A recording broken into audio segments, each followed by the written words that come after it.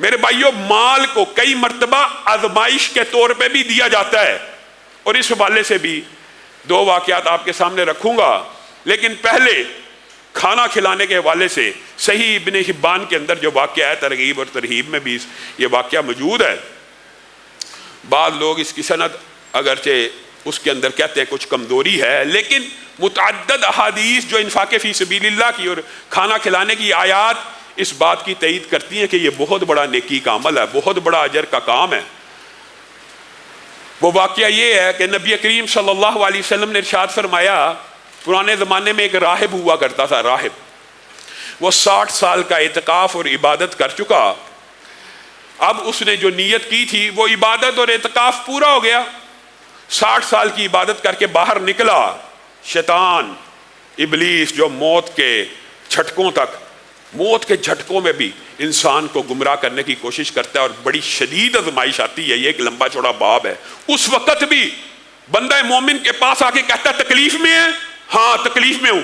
مسلمان ہے تو تکلیف میں ہے، عیسائیت قبول کر لے، یہودیت قبول کر لے، فلاں کر لے، تجھے تکلیف سے میں نجات دے دوں گا۔ اس وقت انسان تکلیف کی شدت میں بعض اوقات بہک جاتا ہے، اور اسی لیے نبی کریم صلی اللہ علیہ وسلم نے فرمایا تھا کہ اعمال کا دار و مدار خاتمے پر ہے، اور اسی لیے یہ دعا کرنی چاہیے اللہ تعالی ہم سب کا خاتمہ بالخیر فرمائے، اور اس وقت شیطان لعین کے ہر شر اور ہر فتنے سے محفوظ فرمائے۔ یہ 60 سال کا عبادت گزار ابلیس نے ایک عورت مزین ڈیکوریٹ کر کے 60 سال اعتکاف میں بیٹھا رہا، کوئی چیز دیکھی نہیں، باہر آیا عورت کے فتنے کا شکار ہو گیا۔ گفتگو سے جو بات شروع ہوئی، نتیجہ وہاں پہ نکلا جو ایک شادی شدہ مرد اور عورت آپس میں کرتے ہیں۔ اب یہ کام تو ہو گیا، ہے تو عبادت گزار تھا، پشیمان ہونے لگا، بے چین ہو گیا، دل کی دنیا بدل گئی، یہ میرے سے کیا ہو گیا، یہ کیا کر بیٹھا ہوں۔ وہ جو بھوک لگی ہوئی تھی وہ بھوک بھی، جو شدت تھی اس میں کمی آ گئی۔ ایک فقیر نے ندا لگائی، مجھے بھی اپنے مال میں سے کچھ مال دے، میں بھی بھوکا ہوں، جس طرح تو بھوک کاٹ رہا ہے مجھے بھی بھوک لگی ہے۔ 2 روٹیاں پڑی تھی، دے دی۔ اپنی اس غم کی کفیت میں، اسی شدت میں ادھر 2 روٹیاں دی، اسی کفیت کے اندر اللہ رب العزت کا حکم آ پہنچا، اس کو اٹھا لیا گیا۔ نبی کریم صلی اللہ علیہ وسلم نے ارشاد فرمایا 60 سال کے زنا کو، 60 سال کی عبادت کو، 60 سال کی عبادت، اعتکاف، سجدوں اور رکوع کو ایک پلڑے میں ڈالا گیا، اور ایک وقت کے زنا کو دوسرے پلڑے میں ڈالا گیا۔ ہم نے اس گناہ کو کتنا ہلکا سمجھا ہوا ہے۔ ایک وقت کا زنا ایک پلڑے میں ہے، اور 60 سال کی عبادت، ریاضت، محنت، مشقت دوسرے پلڑے میں ہے۔ جب وزن کیا گیا زنا کا پلڑا بھاری ہو گیا، اور یہ بندہ پریشان ہو گیا، اور یہ بندہ جب اس کو یقین ہو گیا اب میرا جہنم میں جانے کا وقت آ گیا ہے، کہیں سے 2 روٹیاں آئیں اور نیکیوں کے پلڑے میں ڈال دی گئیں، جس کی وجہ سے اس کی کفیت بھی اس میں شامل ہے، لیکن جس کی وجہ سے اس کا نیکیوں کا پلڑا بھاری ہو گیا۔ میرے بھائیو، ہم نے یہ نیکیاں بڑی معمولی سمجھی ہوئی ہیں کہ یہ نیکیاں بڑی چھوٹی ہیں۔ رزق بعض اوقات دیا ہی اس وجہ سے جاتا ہے، اللہ رب العزت بعض اوقات رزق کی کثرت، محدثین نے لکھا ہے رزق کی کثرت، ایک تو کل آپ کے سامنے رکھا تھا، جس کے پاس رزق نہیں ہے اس کا ایک علاج صدقہ ہے، جو بیمار ہے اس کا ایک علاج صدقہ ہے۔ اور رزق کی کئی مرتبہ کثرت صرف اس لیے وہ دی جاتی ہے کہ آزمایا جائے کہ اللہ کے نام پہ اگر کوئی مانگنے آتا تو اس کو دیا بھی جاتا ہے یا نہیں دیا جاتا۔ ام سلمہ سے یہ روایت بھی ملتی ہے کہ ایک فقیر نے آ کے اللہ کے نام پہ مانگا تھا، ایک گوشت کا ٹکڑا پڑا تھا، کہا رسول اللہ کے لیے رکھ لیتی ہوں، رسول اللہ کے لیے رکھ لیتی ہوں، نہیں تھا دیا، اس کو دعائیں دے کے بھیج دیا۔ رسول اللہ آئے تو وہ گوشت کا ٹکڑا پتھر کا بن چکا ہوا تھا۔ کئی مرتبہ رزق حلال فراخ انسان کو آزمانے کے لیے بھی دیا جاتا ہے، رزق حلال دیا جاتا ہے آزمانے کے لیے، جب اس میں سے اللہ کا حق نہیں دیا جاتا وہ سارے کا سارا رزق حلال بھی تلف کر لیا جاتا ہے۔ اور وہی بات جو آپ کے سامنے رکھتا ہوں کہ بندہ کہتا ہے کہ رب نے میرا رزق بند کیا، نہیں کلا بل لا تکرمون الیتیم، تو نے یتیموں کی اکرام نہیں کیا، تو نے ان کو کھانا نہیں کھلایا، تو نے ان کو کھانا کھلانے کی رغبت نہیں دی۔ اور یہ مشہور واقعہ ہے، ایک پرانے دور میں حدیث سے ثابت ہے، 3 شخص ہوا کرتے تھے، ایک کوڑی تھا، ایک گنجا تھا اور ایک اندھا تھا۔ اب یہ بیماریاں ایک فرشتے کو ان کے پاس بھیجا گیا باری باری. کوڑی کے پاس فرشتہ آیا, کیا چاہتا ہے؟ کہا جسم سے بدبو آتی ہے, جسم بالکل زخموں سے بھرا پڑا ہے, لوگ نفرت محسوس کرتے ہیں, پاس آتے نہیں ہیں. اگر جسم اچھا ہو جائے تو رب کی بارگاہ میں کیا کمی آ جائے گی, رحمتوں کا نزول ہو جائے, مراد یہ ہے, مفہوم یہ ہے. کہا جسم بھی اچھا بھلا ہو جائے گا. مال کیا چاہتا ہے؟ اونٹنی سے بڑی محبت ہے, اونٹوں کا چرواہا بننا چاہتا ہوں اور چاہتا ہوں مال کے اندر اونٹ ہو. فرشتے نے ہاتھ پھیرا, کوڑ ساری جاتی رہی, ایک حاملہ اونٹنی بھی دی, اور پھر گنجے کے پاس گیا. کہا تو کیا چاہتا ہے؟ کہا بال چر رہے, جسم پہ بال کا نشان نہیں, عجیب و غریب حالات ہیں, لوگ اجابت سے محسوس کرتے ہیں. اگر بال ہوں تو میں بھی عام لوگوں کے درمیان ہنسی اونشی پھر لوں. کہا بال بھی مل جائیں گے. مال کیا چاہتا ہے؟ مال گائے چاہتا ہوں اور میرا دل کرتا ہے گایوں کے ریوڑ ہوں میرے. اچھا, ایک حاملہ گائے بھی عطا کی. اندھے کے پاس پہنچا, تو کیا چاہتا ہے؟ ساری دنیا رب کی قدرت کے نظارے دیکھتی ہے, میرے جی میں بھی تمنا آتی ہے کہ میری بھی آنکھیں ہوں, میں بھی کھیت کھلیان ندیاں چشمے دیکھ لوں. وہ بھی تجھے عطا کیا جائے گا. مال کیا چاہتا ہے؟ بکریوں کو چاہتا ہوں, بکریاں محبوب ہیں, بکریوں کے ریوڑ ہوں. ایک حاملہ بکری اس کو بھی دی. پھر ان حاملہ اونٹنی جو اللہ کی طرف سے عنایت کرتا, اور رزق تو ہوتا ہی اللہ کی طرف سے عنایت کرتا ہے, یہ آپ کو کسی نے مغالطہ ڈال دیا, آپ کی محنت کی کمائی ہے. محنت کی کمائی, اگر محنت کی وجہ سے رزق ملتا تو دنیا کے اندر سب سے زیادہ رزق مزدوروں کو ملتا, جو صبح 8 سے لے کے 5 تک سیمٹ اٹھا رہے ہیں, بجری اٹھا رہے ہیں, ڈھو رہے ہیں, محنت کر رہے ہیں. محنت سے رزق نہیں ملتا, رزق قسمت سے ملتا ہے, تقدیر سے ملتا ہے, اللہ کی عطا ہے. جس کو مل جائے شکر ادا کرے گا تو اللہ بڑھاتا چلا جائے گا اور آزمائے گا بھی. مال دے کے اللہ تعالیٰ آزماتا ہے. وہ خدا کا کرنا یہ ہوا, اللہ کی طرف سے عطا کردہ اونٹنی کے بچوں کے ڈھیر لگ گئے, گائے کے بچوں کے ڈھیر لگ گئے, بکریوں کے بچوں کے ڈھیر لگ گئے. اب تینوں مالدار اور تونگر ہو چکے ہیں, صحت بھی مل گئی اور مال بھی مل گیا. اب آزمانے کا وقت آ گیا. ایک سوالی کے روپ میں کوڑی کے پاس بندہ آیا اور آ کے کہنے لگا اللہ کے مال میں سے مجھے بھی کچھ عنایت کر دے. کوڑی کہنے لگا اللہ کے مال میں سے, یہ مال تو میرے باپ دادا جائیداد جدی پشتی خاندانی رئیس یہ وہ, یہ مال یہ تو میری ہاتھ کی کمائی ہے, تو مجھے اللہ کے عطا کردہ مال کی کیا بات کرتا ہے؟ یہ مال تو میں نے اپنی سٹرگل محنت سے کمایا ہے, میں نے بہت ان کی رکھوالی کی ہے. یہ جو تو اونٹ کے ریوڑ دیکھ رہا ہے, یہ تو سمجھ رہا ہے کہ ایسے ہی آگے ہیں, بڑی محنت کرنی پڑتی ہے, چرانا پڑتا ہے وغیرہ, مفہوم آپ کے سامنے رکھ رہا ہوں. ایسے نہیں بڑھتا مال, مال کے لیے سٹرگل کرنی پڑتی ہے. اچھا, اور تو ایک بیمار مریض کوڑی نہیں تھا ہوا کرتا جو لوگ تیرے پاس آنے سے کتراتے تھے؟ اور نہیں تجھے کوئی غلط فہمی ہوئی ہے. اگر تو سچا ہے اور اگر تو جھوٹ بول رہا ہے, دونوں باتیں ہیں. اگر تو سچ کہہ رہا ہے تو تیرے پاس تیرا مال رہے, اور اگر تو جھوٹ بول رہا ہے تو اللہ تیرا مال تلف کر دے. کوڑی بن جاتا ہے, سارا مال ہلاک ہو جاتا ہے, گنجے کے پاس جاتا ہے, یہی سوال کرتا ہے.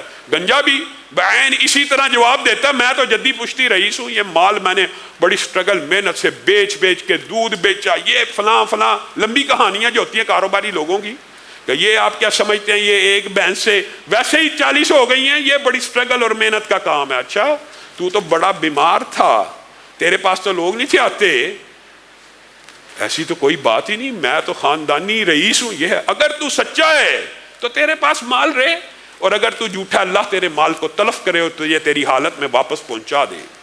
مال بھی تلف ہو گیا, حالت بھی واپس آ گئی, بیمار بھی ہو گیا, مال بھی تلف ہو گیا. تیسرے اندھے کے پاس پہنچا, کہا اللہ کے مال میں سے کچھ دیتا ہے. اس اندھے کی آنکھوں میں آنسو آ گئے.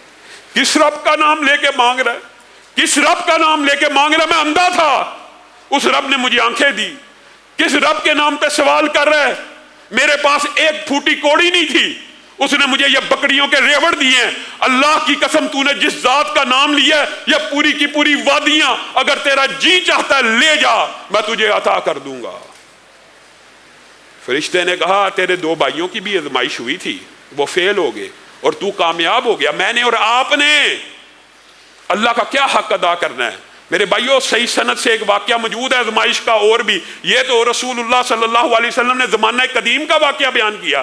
ہم اللہ کے نام پہ کوئی بندہ سوال کرے ہمیں کوئی احساس ہی نہیں ہوتا. والد کی تعریف کر کے کوئی مانگ لے, اپنی بات بھی کر رہا ہوں, کہنے والا اور سننے والے سب اس میں شامل ہیں. والد کی تعریف کی جائے, والدہ کی تعریف کی جائے, حوالے ہوتے ہیں, تعلقات ہوتے ہیں. والد کے دوستوں کا, ساتھیوں کا اکرام کرنا چاہیے, ماں کے ملنے والوں کا اکرام کرنا چاہیے. ماں خدیجہ کے سہیلی کا رسول اللہ اکرام کیا کرتے تھے, لیکن والد کی تعظیم اور اکرام کرنے والا ان کی تعریف کرے اور ان کے حوالے دے کے آپ سے مانگے, آپ فٹ اس کو پیسے دے دیتے ہیں. والدہ کے نام پہ مانگے, دے دیتے ہیں. کوئی تعلق رشتہ داری تعلق کی بنیاد کے اوپر آپ سے مانگے, آپ دے دیتے ہیں. اللہ کے نام پہ مانگے جس کی سب سے زیادہ حیا کرنی چاہیے, اللہ کے نام پر جس کی سب سے زیادہ حیا ہونی چاہیے, اس کا جواب یہی ہوتا ہے اللہ تیرا بھلا کرے, اللہ تیرا بھلا کرے. اسی لیے رسول اللہ صلی اللہ علیہ وسلم کو کہا گیا سائل کو دھتکارنا نہیں ہے. اور یہ امی عائشہ بیان کرتی ہے اور امہات المومنین کہ رسول اللہ صلی اللہ علیہ وسلم کی زندگی میں کبھی ایک دفعہ بھی ایسا واقعہ نہیں آیا کہ کسی نے رب کے نام پہ مانگا ہو اور رسول اللہ نے عطا نہ کیا ہو. میں اور آپ اپنے گریبانوں کو ٹٹول لیں, مال کیوں دیا اللہ نے؟ کیا ان کے اندر مانگنے والوں کا حق نہیں ہے؟ پھر شیطانی وسوسے ہیں, عجیب و غریب قسم کے شیطانی وسوسے. اور یار یہ پیشہ ور بیکاری ہے, یہ ایسے ہے, یہ ایسے ہے. وہ حدیث ذہن سے نکل گئی کہ ایک بندے نے صدقہ کیا حسن نیت کے ساتھ, مشہور ہو گیا, بادشاہ کو صدقہ چلا گیا. اس نے کہا اوہو میرے صدقے کا تو بیڑا غرق ہو گیا. اگلی رات پھر صدقہ کیا, مشہور ہو گیا, تو وائف کو صدقہ کسی نے دے دیا. اس نے کہا اللہ تعالیٰ میرا صدقہ ہی نہیں قبول کر رہا.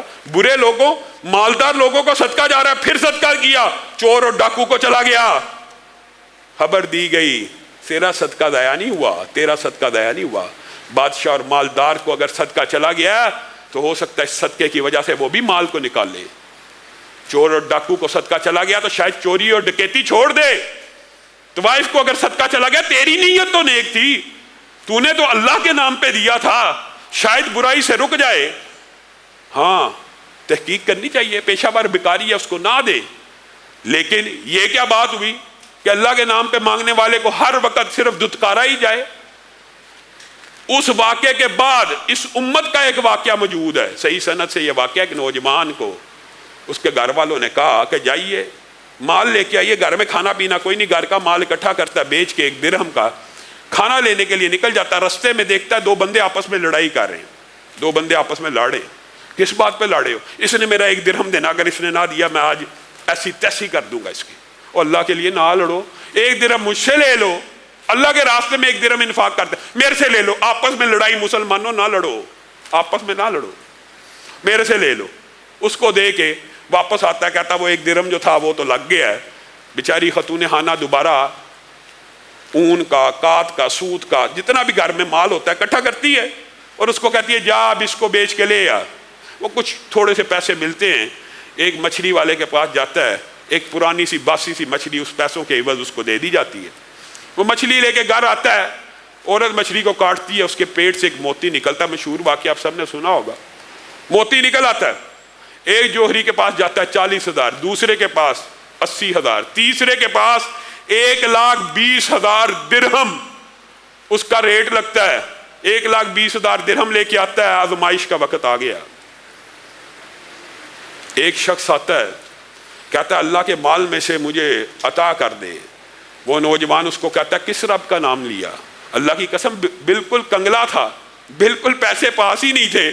1 درہم سے ایک مچھلی لی, اس سے اللہ رب العزت نے 1,20,000 درہم عنایت کیے. تو نے جس رب کا نام لیا آدھے تیرے ہوئے آدھے میرے ہوئے. کہا نہیں رک جا, میں آزمائش کے لیے بھیجا گیا تھا. یہ جو 1 کے بدلے میں 1,20,000 درہم ملے, یہ تجھے ابھی اجر و ثواب کا 20واں حصہ ملا ہے, اور باقی اللہ نے اپنے پاس رکھے ہوئے ہیں. 1 درہم خرچ کرنے کا کئی مرتبہ اجر و ثواب یہ ہو جاتا ہے. اور میرے بھائیوں یہ بات بھی یاد رکھو, اپنے صدقے اور زکوٰۃ کو تان و تشریح کر کے ضائع نہ کرو. قول معروف و مغفرۃ خیر من صدقۃ یتبعھا اذی.